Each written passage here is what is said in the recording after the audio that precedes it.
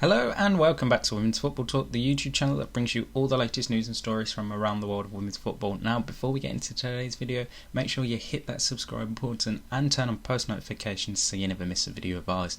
And the weekend's action has finished, and what a weekend of sport we've had in women's football, from a great story over in Spain to some controversy here in England regarding a refereeing decision. We will cover it all here on this channel. So we'll start off with the story from Spain, and it was the Supercopa de Espana final today between Barcelona and Atletico Madrid, and obviously as expected Barcelona would be the champions of that, and they did beat Atletico Madrid 7-0 with Carolina Graham Hansen scoring a hat-trick, Lieke Martin scoring 2, Fridolina Rolfo and Ingrid Engen scoring the other goals. But obviously congratulations to Barcelona for winning that. But the most important and best thing that we saw out of this game was that Atletico Madrid were able to welcome back Virginia Torrecilla to the game. Obviously, for those that don't know, she has been out for the past 18 months or so. She was diagnosed with a brain tumour, and then she had surgery to remove it, and then went through obviously all the recovery process to do so. And it was great to see her get some minutes today despite Atletico Madrid losing. And a poignant moment after the game, before Barcelona got involved in their celebrations, the players went over to Virginia and lifted her up in just great spirit to see that she was able to play this game after being told that she would never be able to play the game of football ever again. So that was just absolutely beautiful to see for all of football. Right, elsewhere in the world of women's football, we will now head back here to England, and we'll start obviously with the big game of the weekend between Manchester City and Arsenal. It was an important game for Arsenal, who have had a poor start to 2022. They had yet to win a game and yet to score a goal, and it was going to look like that way, especially going into half-time with the two teams at 0-0. However, they did end up scoring late on, but that did not come after a bit of controversial for Manchester City's goal.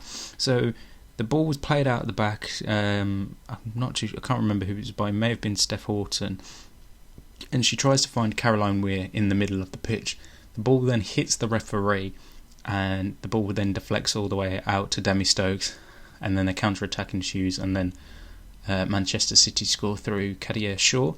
Now, the rules from IFAB, who are the rule and lawmakers of football, state that if a ball hits the referee and the team that has the ball starts a promising attack, play is stopped, the referee drops the ball for the team that had the possession at the time when the ball hit the referee, and the drop ball is given to that team in the position where it hits the referee. However, the referee decided not to stop that situation, and a goal was awarded, and the game continued, much to the annoyance and anger of Arsenal and obviously their manager Jonas Eidevall, who subsequently got booked for that, even though the goal should not have stood.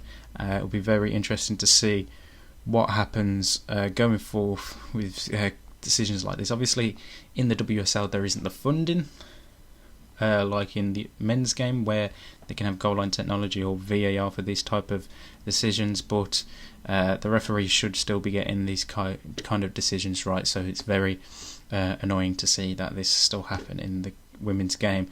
Elsewhere in the WSL this past weekend, Manchester United beat Tottenham Hotspur 3-0. The result sees them moving to second in the WSL after results elsewhere went their way. However, they do have played the most games out of the top three. They've played 2 more games than Chelsea and 1 more than Arsenal. And speaking of Chelsea, they were held to a 0-0 draw by Brighton and Hove Albion. A fantastic display from Brighton goalkeeper Megan Walsh in the goal. She was absolutely fantastic, pulling off some fantastic saves to deny Chelsea a goal in that game. Aston Villa left it extremely late to beat Leicester City 2-1.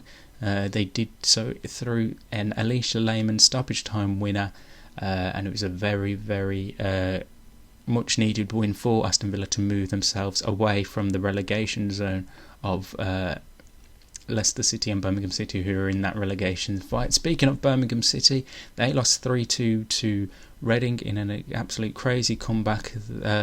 Reading were 2-0 down at one point. However, a late first half stoppage time goal for Justine van Havermaet after goalkeeper Grace Maloney went down injured and serious injury, and after Jade Pennock scored the second goal for Birmingham, there was a collision between Pennock and Maloney, so we're obviously wishing her a full and speedy recovery and she can make a return to football when possible.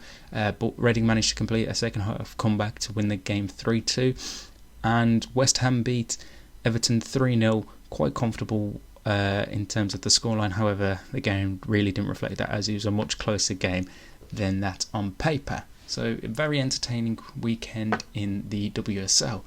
Now we'll head over to Italy, and Sassuolo beat Hellas Verona 4-0 to continue their fantastic season so far. Result sees them in third, still behind Roma and Juventus. And speaking of Juventus, they were held to a 2-2 draw on Saturday with Fiorentina, despite being 2-0 down at just before half-time. Valentina Cernoia scored a goal in stoppage time first half, and then they managed to get a goal on the hour mark, but weren't able to find a winner past Fiorentina.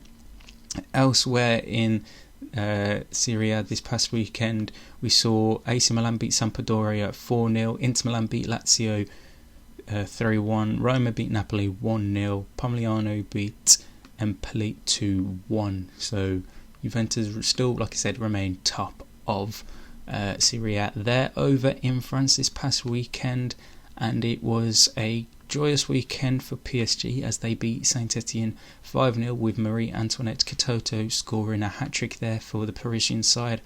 Elsewhere in the division this past weekend, Lyon beat Montpellier 3-2, Bordeaux beat Stade Rennes 3-1 with Kachusnouche scoring a hat-trick there for Bordeaux. Guingamp beat ICFF 2-0 and Paris FC beat Soyo Charente 3-1. So the result sees Lyon have a 3-point lead over Paris Saint-Germain at the top of Ligue 1. And finally over to the Netherlands now, as Germany still hasn't came back from their winter break yet. So there was 3 games this past weekend in the Netherlands. Feyenoord beat VV Alkmaar 2-1, PEC Zwolle beat Den Haag 2-0, and FC Twente beat PSV 3-1 in the big game of the weekend there in the Eredivisie Vrouwen, with Fenna Kalmar scoring a brace. The result sees FC Twente have a 2-point gap over Ajax, though Ajax obviously didn't play this weekend, so they can go back top of the table should they win next time out. Right, that is all the talking points this week. We'll be back later on the week to wrap up any transfer news and have a look to the weekend's fixtures, which includes an FA Cup weekend here in England and league action all around the top European leagues. And until then, make sure you like, comment and subscribe, and we'll see you next time.